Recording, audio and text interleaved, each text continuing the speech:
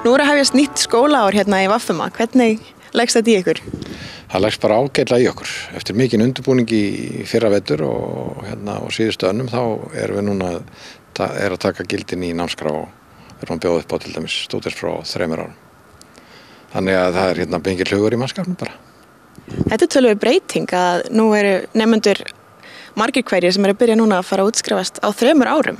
Já, það er eiga þess hvort allir nemendur sem fara beint inn á námsbrautir til stúdentsprófs að þeir geta svona farið bara beinustu leið að því að þeir eiga þess hvort að munu fara inn í 3 ára prógram og ef allt gengur eftir að þá verður þetta held ég bara mjög spennandi brautir. Við erum með 9 námsbrautir og nemendur hafa svona ýmislegt að velja. Þannig að ég held að margt líka, það eru ýmsar nýjungar sem koma fram í námskránni og í skipulagi náms.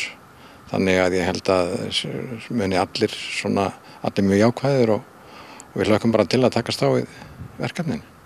Hverjar eru þessar nýjungar þá? Það eru ýmsar nýjungar til dæmis að brautaskipanin hefur breyst töluvert og eins þá náttúrulega gerist það að það hefur verið að náttúrulega stytta nám til stúdentsprófa heilt ár.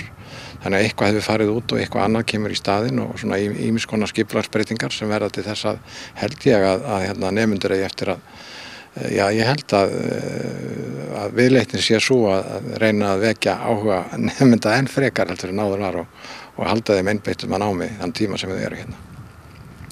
En það er nú, svo sá ég að það væri líka mikil aðsókn í verknámi hjá okkur.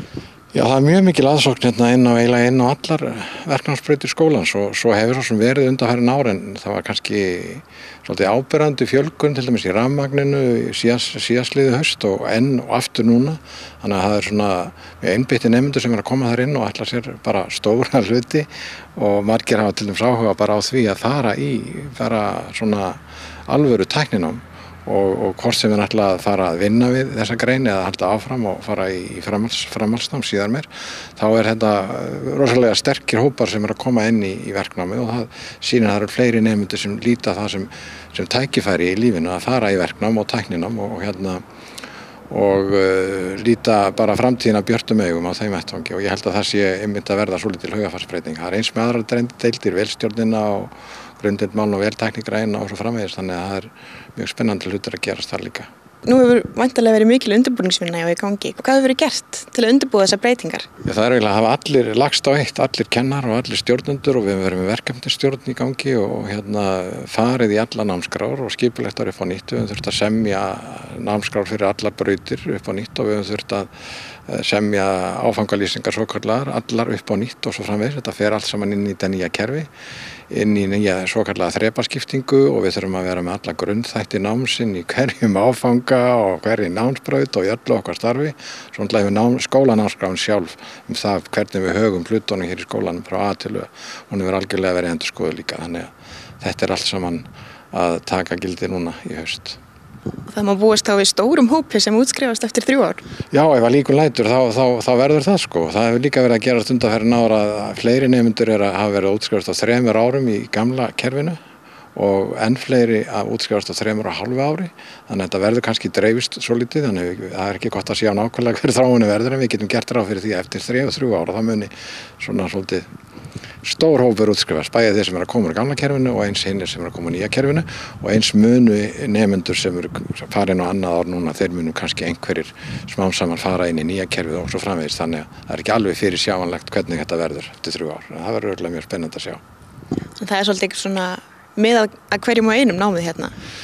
Já, við reynum það og okkur ber samkvæmt lögum framhaldsskóla að reyna að koma til móts við alla nemendur eins og mögulegt er og við reynum það eftir bestu getu og erum hérna með mjög breiðan nemendahóp og margvíslegan.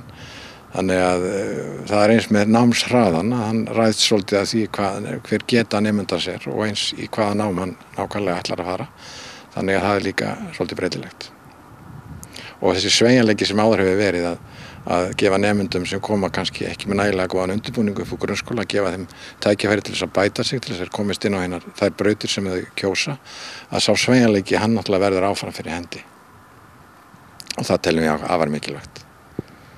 Og svo má kannski nýjungar sem við erum svona í verknáminu sem við teljum að séu mjög spennandi eru náttúrulega að næsta haust munum við að líkindum bjóða upp á framhaldsnám eða fullnaðarnám fyrir nemendur sem ætla að verða kokkar eða þjónar og í samstarfi við atvinnulífið hér á svæðinu og menntamálaráðuneytið að þá munum við sem sagt taka upp þetta nám. Við höfum alla aðstöðu til þess að gera það og æ fleiri vinnustæðir eða veitingastæðir hérna á Norðurlandi hafa verið að fá svokallað nemaleyfi, þannig að það verður ekki fyrirstaða, þannig að það verður spennandi að sjá hvernig það á eftir að þróast á næstunni. Svo líka mjög ánægjulegt að segja frá því að byggingadeildin og húsasmíðin og húsgagnasmíðin hafa svona verið að rétt úr kútnum undanfarið. Húsasmíðin var í lægð eftir hrun, eftir efnahagshrunið, en hefur verið að sækja sér veðrið æ síðan og er að gera það myndarlega núna og eins húsgagnasmíðin sem hefur verið að heilla æ fleiri nemendur og ekki síður stúlkur en pilta, þannig að það er spennandi að sjá. Það eru bara spennandi tíma fram undan.